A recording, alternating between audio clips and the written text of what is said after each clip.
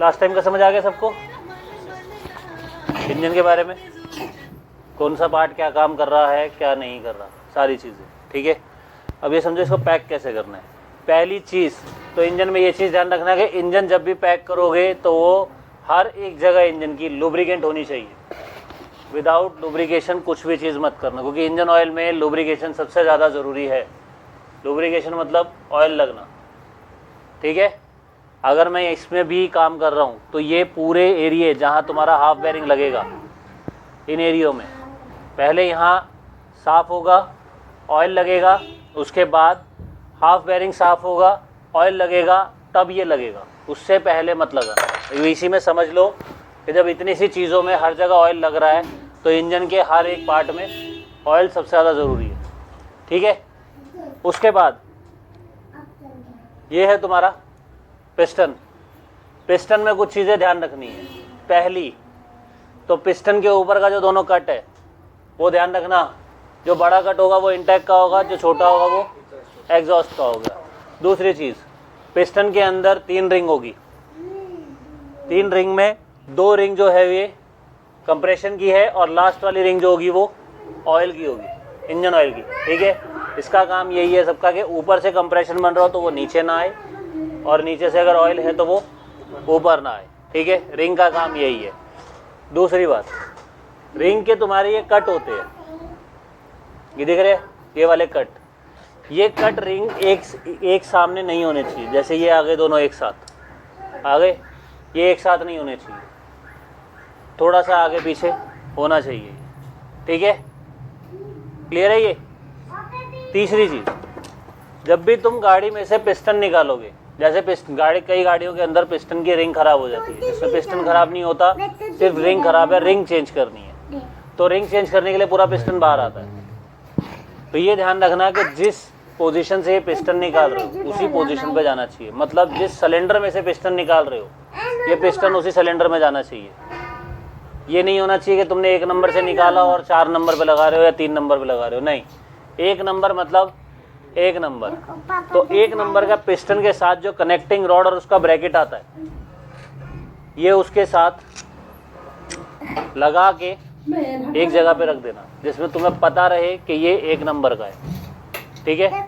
क्योंकि अगर तुमने चारों निकाल के रख दिए और तुम काम करने या सामान लेने कुछ चले गए, वापस आए तुम भूल गए कि मैं 1 नंबर कहाँ से शुरू हो रहा है, तुम ये कंफ्यूज हो जाओगे। कोई भी चीज़ कहीं भी लगा दो, मत करना, गाड़ी में प्रॉब्लम आनी शुरू हो जाएगी।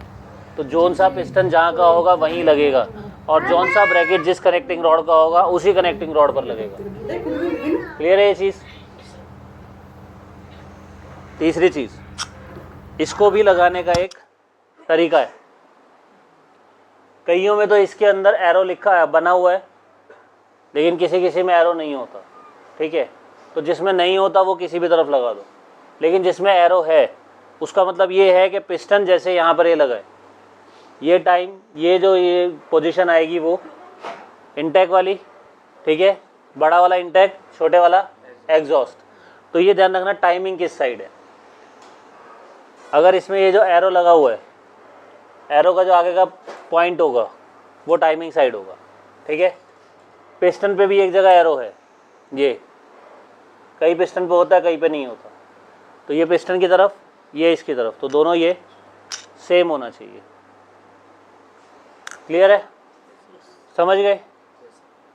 ये हमेशा ध्यान रखना, एरो वाला पॉइंट टाइमिंग साइड होगा।